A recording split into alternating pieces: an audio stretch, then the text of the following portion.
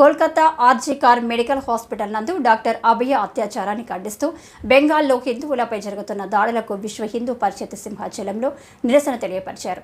ఈ సందర్భంగా వారు మాట్లాడుతూ కోల్కతాలోని ఆర్జీ కార్ మెడికల్ హాస్పిటల్లో పీజీ చేస్తున్న వైద్యురాలు డాక్టర్ అభయపై అతి కిరాతకంగా మానభంగం చేసి చంపిన నీచులను తక్షణం ఉరికంబం ఎక్కించాలి అని అన్నారు.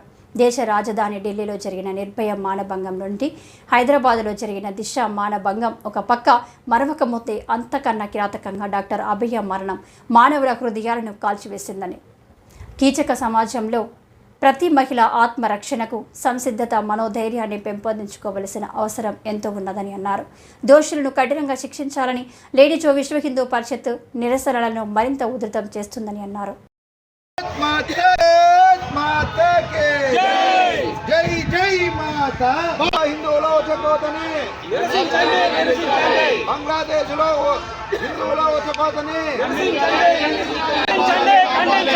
బంగ్లాదేశ్లో హిందువులపై జరుగుతున్నటువంటి దాడులు.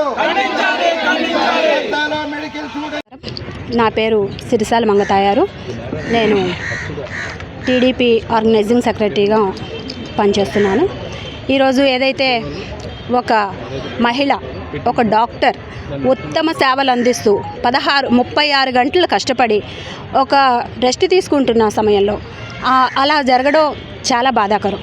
అలాంటి ఒక అమ్మాయి, అంత చదువుకున్న అమ్మాయి బయటకు వచ్చి వర్క్ చేస్తున్న అమ్మాయికే ప్రొటెక్షన్ లేకపోతే మిగతా ఆడవాళ్ళ పరిస్థితి ఏంటి అని మేము ప్రభుత్వాన్ని అడుగుతున్నాం. ముఖ్యంగా ఎవరైతే మమతా బెనర్జీ గారు ఉన్నారో ఆవిడ దగ్గరే హోంశాఖ పెట్టుకుని, ఆవిడ దగ్గరే అన్ని శాఖలు ఉండి, ఆవిడే సీఎం అయ్యి ఉండి, ఆరోగ్య శాఖ ఆవిడ దగ్గరే ఉండి, ఆవిడే ఈరోజు ధర్నాలకు దిగుతున్నారు అంటే మేము ఏమని అర్థం చేసుకోవాలి? ఆవిడ ఆ పాలించే పరిస్థితిలో ఆవిడుండి న్యాయం ఎవరిని అడుగుతున్నట్టు? సుమూటగా తీసుకుంది సుప్రీంకోర్టు. ఆ సుప్రీంకోర్టును అడుగుతున్నారా? మీరేం చేయలేరా అని మేము పబ్లిక్గా మమతా బెనర్జీ గారిని అడుగుతున్నాము. ఆవిడ సత్వరం. ఈరోజు ప్రపంచంలో పరిస్థితి చూస్తూ ఉంటే ప్రపంచానికి అసలు నాగరికత నేర్పించిందే భారతదేశం.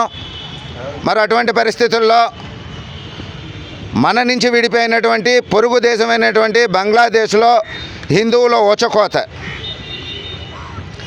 బంగ్లాదేశ్కి 99% భారతదేశం అన్ని విధాలుగాను సహకరిస్తూ ఉంటే అక్కడ హిందువులను బతకనివ్వడం లేదు.